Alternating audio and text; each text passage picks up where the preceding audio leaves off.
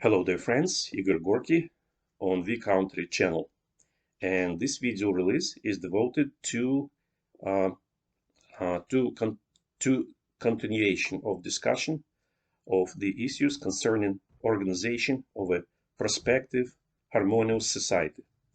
And uh, just in order to uh, launch this discussion, I want a little bit to remind about the resumes which were made in the previous video releases, in the video releases from 1 to video release 4, and we found out that the current world, the contemporary world, uh, is developed in a format of a uh, of a symbiosis between autocracies and democracies. We found out that autocracies, they are developed on the principle of extensive development when the authorities, the power, and the elites which control the power, they uh, put the accents of the uh, public development on the aspects of the control over the labor, natural, and territorial resources.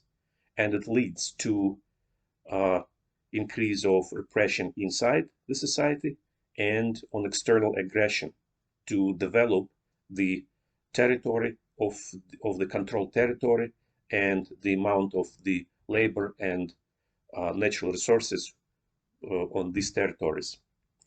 As about democracies, they are based basically on the intensive type of development, and they are uh, mostly uh, targeted at the development of those resources and more effective use of those resources which they have.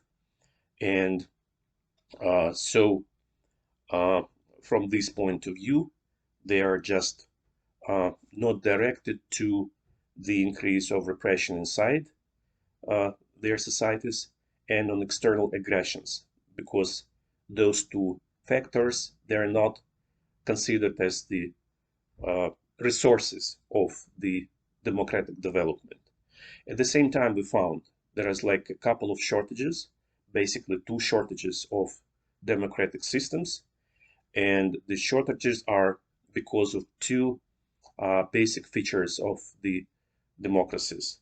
The feature number one is the electoral cycles, where people vote for those politicians who promise the fastest results, and so uh, those who promise the fastest results and they are elected, then they target the development of the whole society on mostly on the uh, uh, current uh, to reach current goals, but not long term. And that's why the behavior of such politicians and of the whole systems is pretty much based on momentary benefits. And the second is the free market economy, which motivates businesses to chase profits despite the social consequences. And so it brings to a phenomenon of venality of democratic societies when profits and economic incentives and interests are dominating over social interests. So when these two factors uh, work together, then we can see like uh, momentary venality of the society. And as the consequence is that democracies, they, in order to reach their momentary benefits and to get extra profits, they pretty much interested to collaborate with autocracies.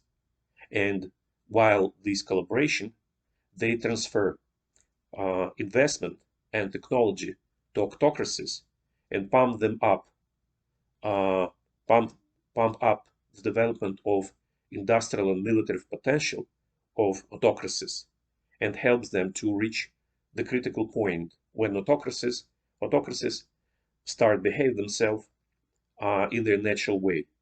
They increase the repression inside society and they make aggression against foreign countries. And only when the danger becomes pretty much real and mostly innocent, then democracies start react, and then the conflict between democracies and autocracies takes place. That's the way how regional and global conflicts and wars are generated, and this cycle repeats. Also, democracies, they are capable to generate a lot of innovations and technologies which are of benefit uh, to the peoples and the societies. At the same time, at the same time, autocracies correct the development of technologies in the way of development of technologies of repression and wars. And so it is dangerous because one day, when the technologies of repression and aggression of wars, of military uh, aggression, will reach the critical level of its development, then the mankind can simply destroy itself.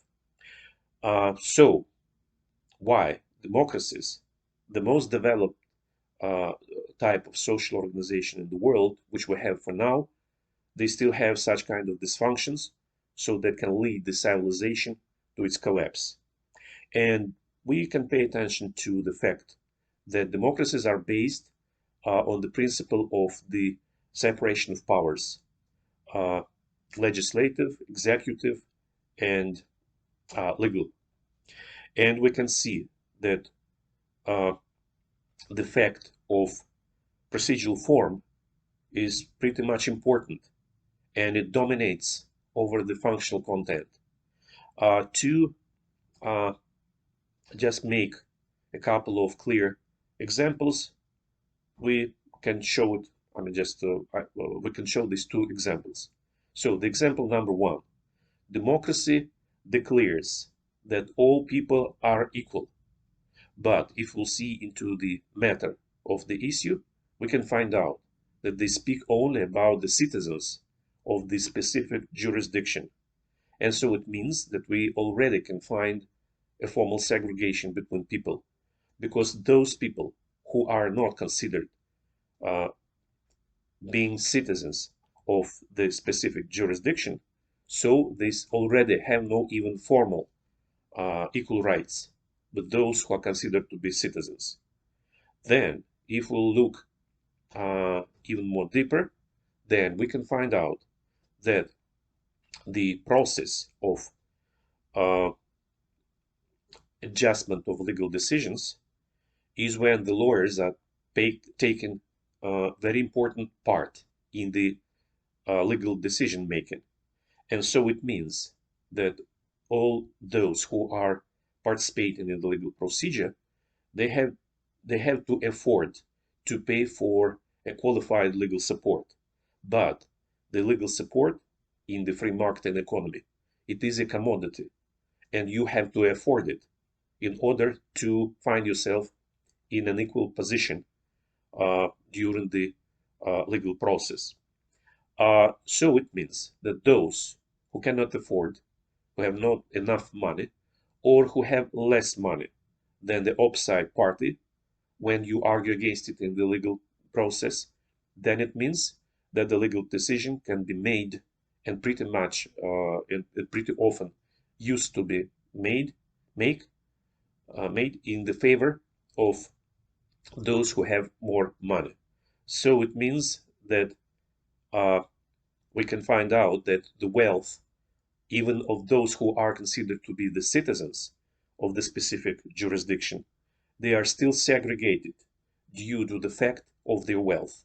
So just even these two examples, they clearly show that the segregation in democracies can take place as from the point of formal, uh, I mean just citizen status, as well as from the point of the social status of a person, of a specific person.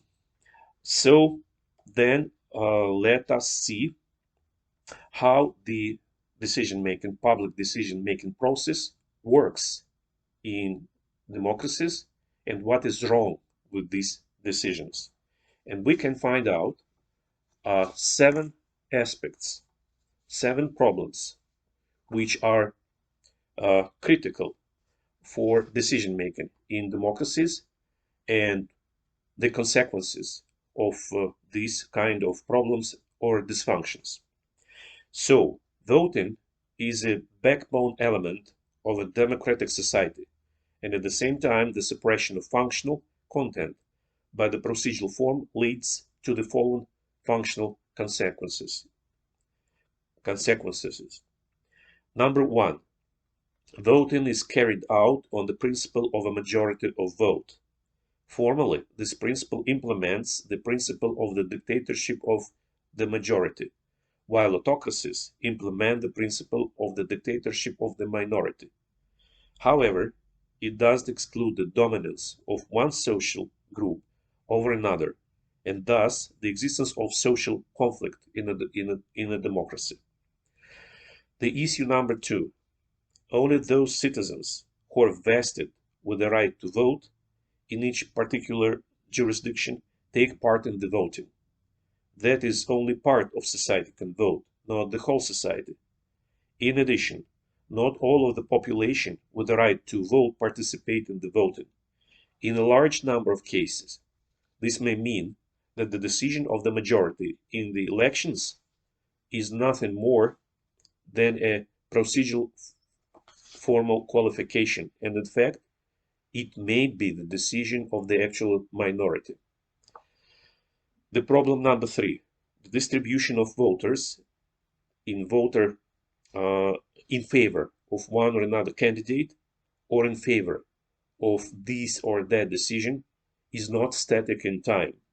The level of support for an elected candidate or decisions made is consistently changing between elections. This means that the decision taken at the elections by a formal majority can be qualified as such only at the moment of voting, and between voting, such a decision, even on formal grounds, can be considered a decision of the minority, particularly in those time periods when the support of the population for decision previously taken at the vote falls. The problem number four, voters often vote in favor of this or that candidate or in favor of this or that decision, not agreeing with such decisions, but due to the fact that there are no other alternatives with such decisions, alternative for them to make other decisions. Accordingly, they vote for the last worst candidate or the last worst decision from their point of view. Or in other words, while formally voting yes, in fact, they are voting against worse candidates and decisions. Such a decision-making configuration is obviously not correct, but from a formal procedural point of view, it is considered as correct. The problem number five, populism, is at the heart of decision making in elections in modern democracies. Voters, with rare exceptions, cannot personally know the candidate being elected, and they know him through the through the image created by the media or a virtual image, which often doesn't correspond to the real image. That is, in fact, the voter votes for the virtual image of the candidate and not for the candidate himself. And it all depends on how attractive the media created the virtual image of the candidate. Thus, a voter in an election often votes for the quality of the work of PR specialists who created the candidate's image, and not for the candidate himself. In addition, the quality of a virtual image often depends on the financial ability of the candidate, and thus financially wealthy candidates will always have much more opportunities to create a more attractive and well-known image for themselves than candidates with less financial resources. And for those potential candidates who lack financial resources, there is no chance of being elected at all. The dysfunction number six. In the system of representative power, elected candidates interpret the interests of the voters as they understand them. That is subjectively, Often, even parents interpret the interests of the children differently than the children themselves understand their own interests. And in case of elected candidates, the mistake of interpreting the interests of uh, the elected candidates, uh, just the problem can be much more greater of misinterpretation of the public interests by the elected candidates. Thus, already in the very system of representative democracy, a subjective error in the representation of interests is objectively laid, while formally and procedurally such decisions are considered to be the will of the people. And the dysfunction number 7. In order to make correct voting decisions, the voter must be qualified and have a sufficient level of education to make such decisions. In democracies based on free market economy, education is a paid commodity, often inaccessible to a large part of the population. In addition, a person, even the person if very much educated, uh, a person cannot objectively be specialist in all fields of knowledge at the same time.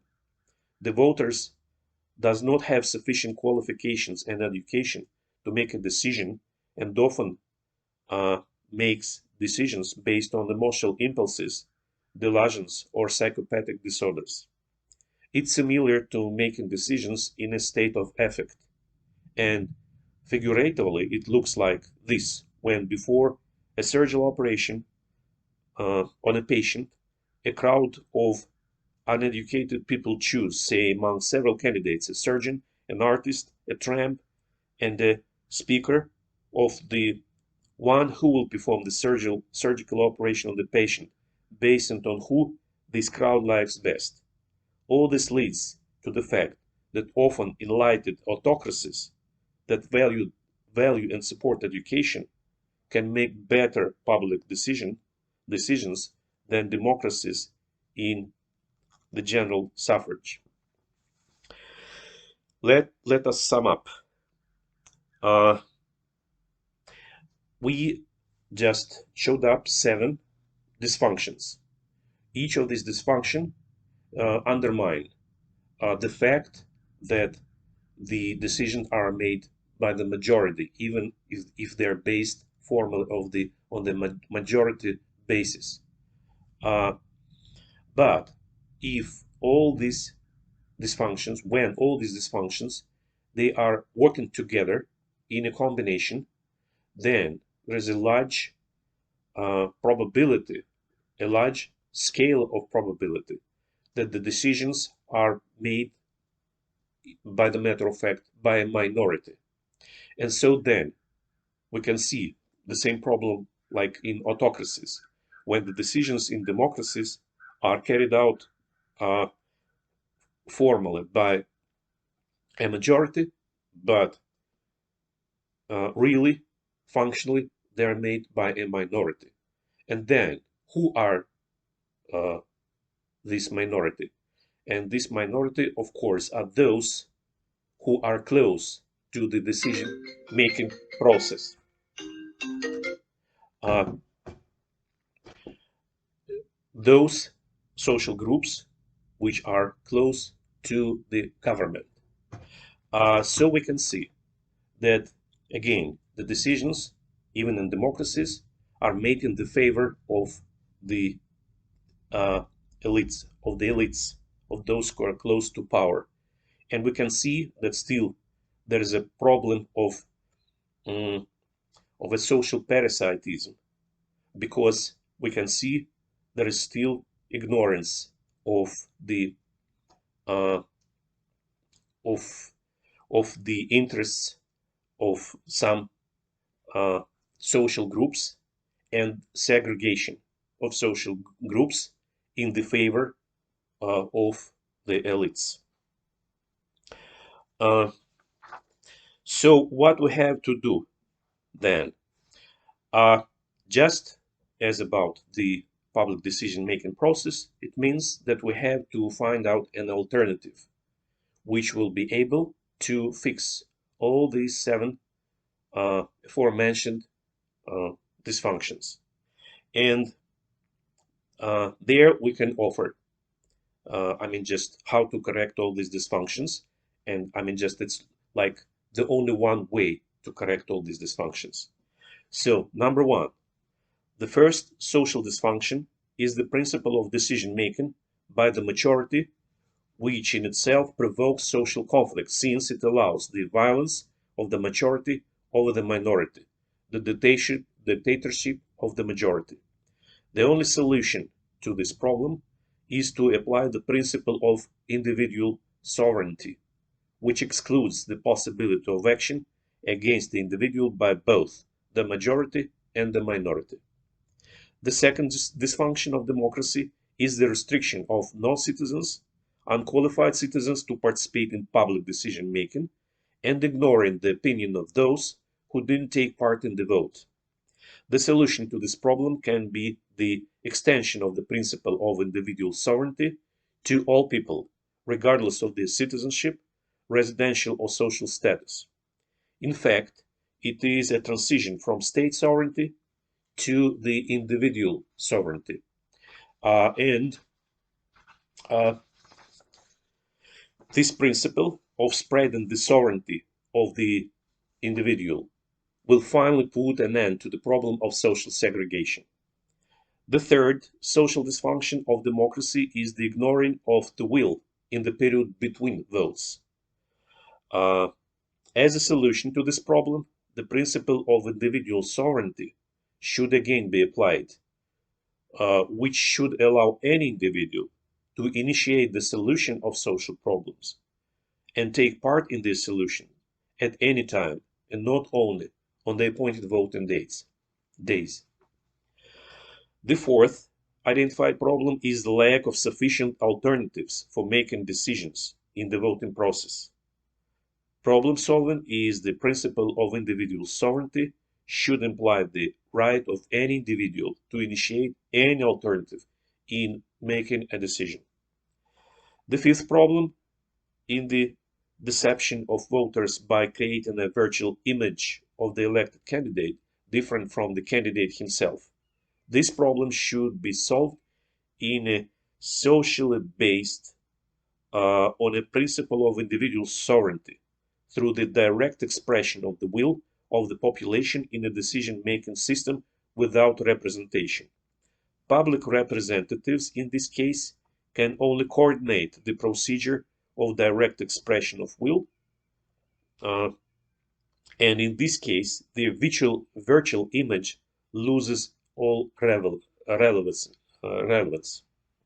The sixth problem is the subjective error in the representation of public interests by the elected candidates. This problem can be solved by excluding representative power from the decision-making process.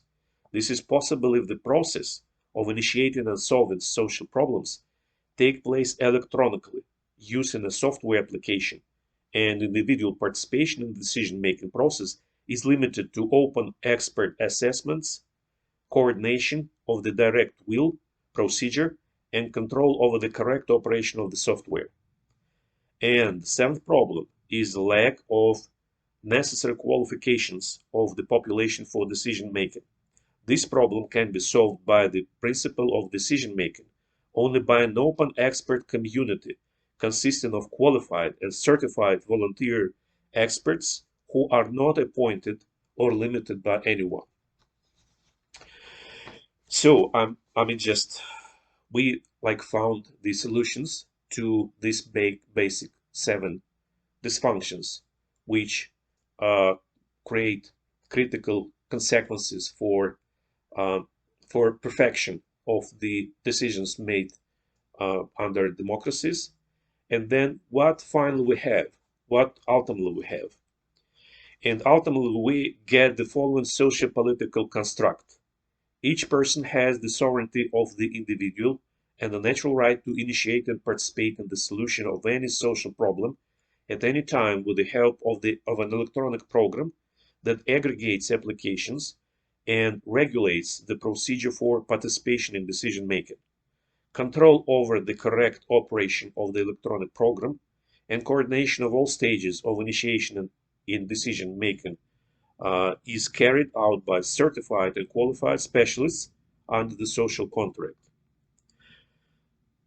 After initiating the solution of the problem, the request goes to an open expert community consisting of specialized experts qualified by educational institutions and divided into specialized expert groups. Any individual with a certain level of education in specific areas of knowledge can become a member of the expert community and expert groups, which must be confirmed by certificates of authorized educational institutions. Further, the application for decision making goes through the following stages of processing in expert groups. First, division of the analyzed problem by the primary expert group into its component aspects with the redirection for consideration to specialized expert groups. Second, decision making by small specialized expert groups on the principle of unanimity. Transfer the third step.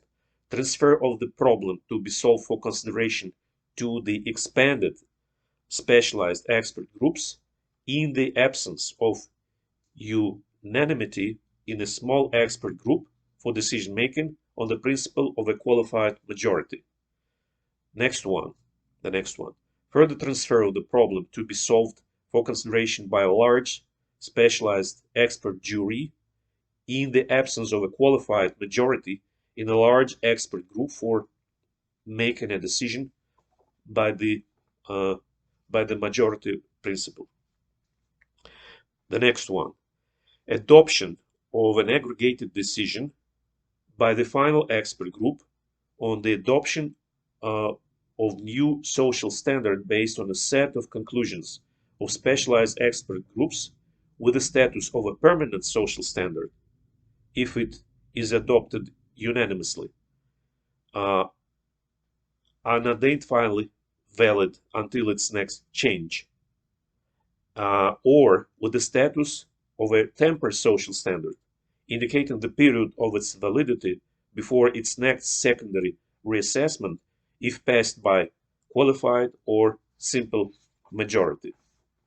And the last stage, is the implementation of the newly adopted social standard in the process of regulation of interpersonal and intergroup relations. Such a socio-political construction, as is obvious, is fundamentally different from a democratic construction. Its goal is to procedurally ensure the complete freedom of the individual based on the application of the principle of individual sovereignty to maximally level interpersonal and intergroup contradictions and conflicts, eliminate any possibility of social parasitism of some social groups in relation to other, and ensure the harmonious development of society and its prosperity. So this is the first step in building a new generation social paradigm. It should allow functionally procedural pushing modern civilization of the vector of development in the direction of a civilizational catastrophe. It does solve all the problems of building a harmonious society, and for the solution of which other steps must be taken, which we will consider in the next video releases. And in conclusion, the question arises, in the conclusion of this video, the natural question arises, which way we have to identify this new social construction, this new type of a society, because we can find out that even in the process of public decision making, it's pretty different, and from autocracies as well as from democracies. And so probably we can identify this new type of a society as a sovereign civil society, in which all people are sovereign citizens, regardless of their geography and social status. So this is the conclusion of this video, and please let me finish the video release number 5. And all the best to you, and we'll continue the discussion of other aspects which have to be taken in order to develop the full-fledged harmonious society. And so I'll see you in the next videos. Thank you very much for your attention, and goodbye.